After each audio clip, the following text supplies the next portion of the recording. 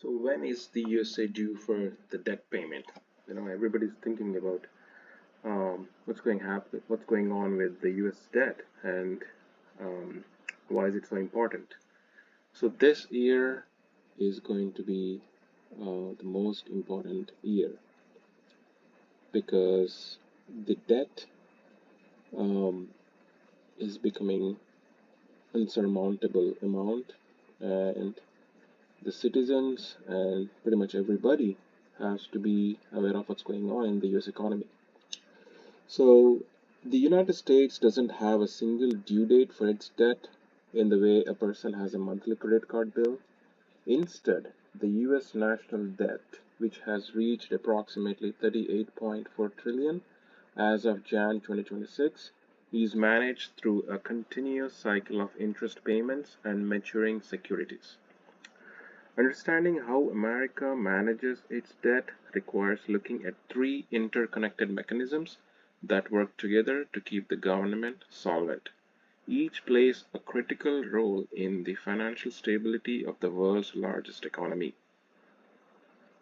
So, the interest payments or the carrying cost, the US Treasury must pay interest to bondholders such as the individuals, who has their money in their 401k, the companies, the foreign governments, and in 2026, these payments are expected to surpass $1 trillion annually. That's a historic milestone.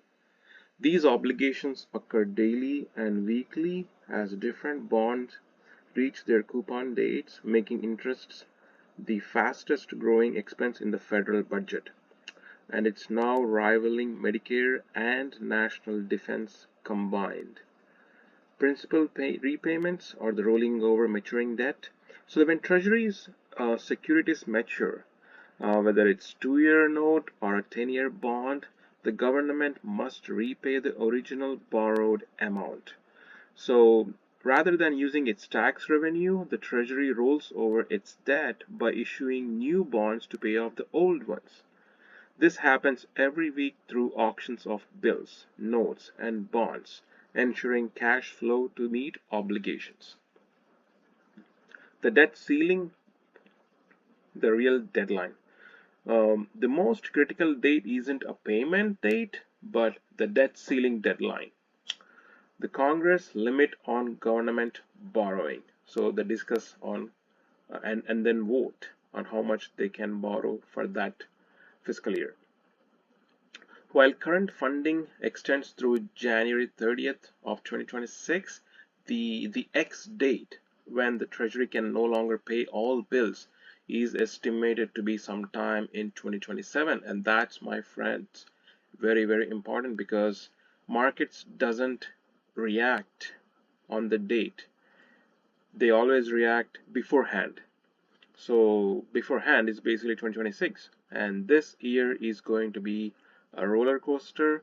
Many people are going to face a lot of issues, and failure to raise the ceiling by the government could trigger an unprecedented US default, which has never happened in the history, but we have to see how it goes. So the key fiscal figures for 2026, like I said, the bond market faces a challenging environment where long-term debt concerns clash with the Federal Reserve that has paused interest rate cuts. The national debt stands at 38.43 trillion, with annual interest expenses reaching to a record 1 trillion. That's approximately 3.2% of the GDP. The next major budget deadline arrives, which actually arrived on Jan 30, and that's when the current government funding expires, forcing Congress to act or risk a shutdown. And that's why the crypto market actually collapsed in the weekend, because when the situation is difficult to digest, the risk on assets such as crypto will take the hit right away, and that's basically what happened. And we'll see what happens on Monday. It's going to be crazy. So the Treasury ETF performance actually reveals market sentiment. So if you look at the TLT, the long-term the TLT bonds, which is 20 plus years. The iShares 20 plus years Treasury bond closed at 87.3 on Jan 30, and it's highly sensitive to long-term debt risks. TLT trades in a narrow range between 83 and 94 as investors demand higher yields because they lost confidence in the government, so they don't want to lend money for long term. So the 38.4 trillion debt burden keeps pressure on long-term bond prices. If you look at the TLT, if you see the TLT, it's going down, and it's been down, and it's kind of fluctuating between and around 80s and 90s for quite some time, and that's because the sentiment is very negative on the long-term bonds. If you look at the short-term stability, the iShares 1 to 3 year Treasury bond ETF remains fairly stable following the Fed's January 28 decision to hold rates at 3.5 to 3.75. With the rate cutting cycle paused, SHY serves as a safe haven, largely insulated from long-term fiscal concerns affecting long-duration bonds. So people are okay to lend money for the short term, but nobody, any other country is not interested in or not happy about lending or money at a lower interest rate for the long term. So they want higher interest rates.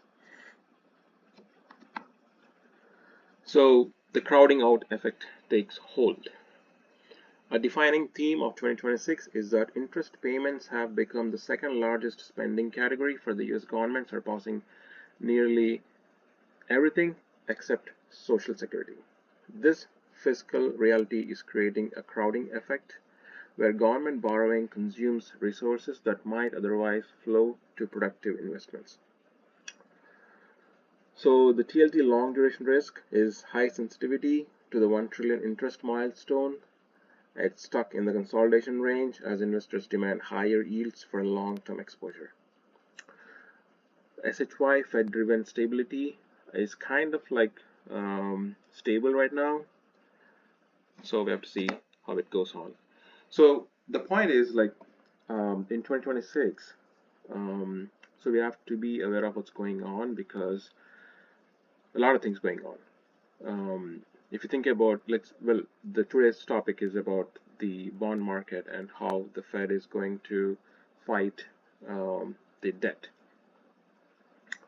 So it's very clear that no other country is interested in lending money for a low interest rate payment for a long term.